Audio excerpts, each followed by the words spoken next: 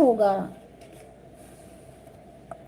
और उससे बढ़कर मुझे कोई प्यारा भी नहीं होगा। हमारे इस धर्म संवाद को जो कोई पढ़ेगा, मैं समझूंगा कि उसने ज्ञान यज्ञ से मेरी पूजा की। जो श्रद्धावान पुरुष दोष ढूंढे बिना इसको सुनेगा, वह भी मुक्त होकर पुण्यात्माओं को मिलने वाले शुभ लोकों को प्राप्त होगा। हे पार्थ, तुमने एकाग्र चित्त से इस मेरे कहे हुए उपदेश को सुना या नहीं? अर्जुन, तुम्हारे अज्ञान से उत्पन्न हुआ मोह नष्ट हो गया या नहीं?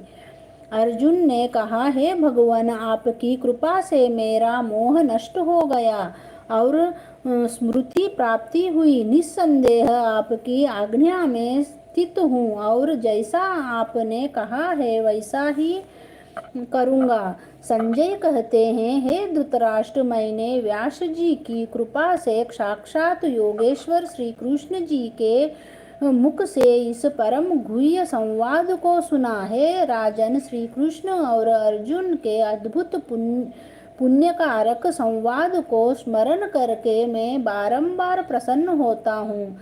श्री कृष्ण भगवान के उस अद्भुत रूप को स्मरण करके मुझे बड़ा ही विस्मय होता है। हे राजन, मेरी ऐसी धारणा है कि जहाँ योगेश्वर श्री कृष्ण ही है और जहाँ पार्थ धनुषधारी है, वहीं राजलक्ष्मी, विजय, ऐश्वर्य और अटल नीति है।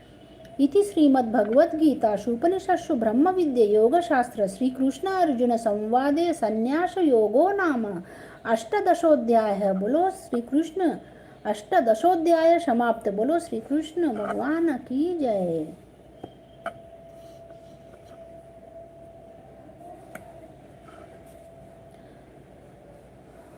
श्रीमद् भगवद गीता 18वें अध्याय का महात्म्य। श्री नारायण जी बोले, हे लक्ष्मी, 18वें अध्याय का महात्म्य सुन।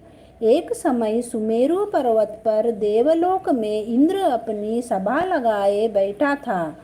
उर्वशी नृत्य कर रही थी। बड़ी प्रसन्नता में बैठे थे। इतने में एक चतुर्भुज रूप जीव को पार्षद ले आए और इंद्र से सब देवताओं के सामने कहा, तू उठ, उसको बैठने दे। यह सुनकर इंद्र सहन न कर सका, तेजस्वी को आसन पर बैठा दिया। इंद्र ने अपने गुरु बृहस्पति जी से पूछा, गुरु जी, आप त्रिकालदर्शी हो, देखो इसने कौन पुण्य किया है जिस पर यह इंद्रासन का अधिकारी हुआ है। मेरे जाने तो इसने तीर्थ व्रत यज्ञ दान कोई नहीं किया। यही सब बात बृहस्पति जी ने भगवान से कही। तब प्रभु ने बृहस्पति जी से कहा कि इसके मन में भोगों की वासना थी, परंतु यह गीता के 18वें अध्याय का नित्य पाठ करता था। उससे जब इसने देह छोड़ी तब मैंने आज्ञा करी है, पार्षदों, तुम इसको पहले ले जाकर इंद्रलोक में सुख भोगा दो। जब इसका मनोरथ पूरा हो जाए तब मेरी सानुज्य मुक्ति को पहुंचा दो। सो तुम जाकर भोगों की सामग्री इकट्ठी कर दो। जब इंद्र और सब देवता आकर इंद्र ने सब भोगों की वस्तु एकत्र कर दी और कहा, इंद्रलोक के सुखों को भोगो।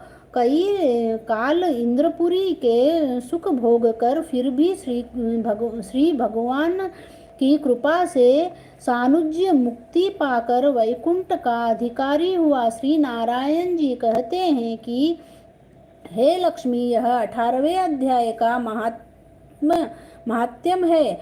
गंगा, गीता, गायत्री, कलयुग में यह तीनों मुक्ति की दाता है।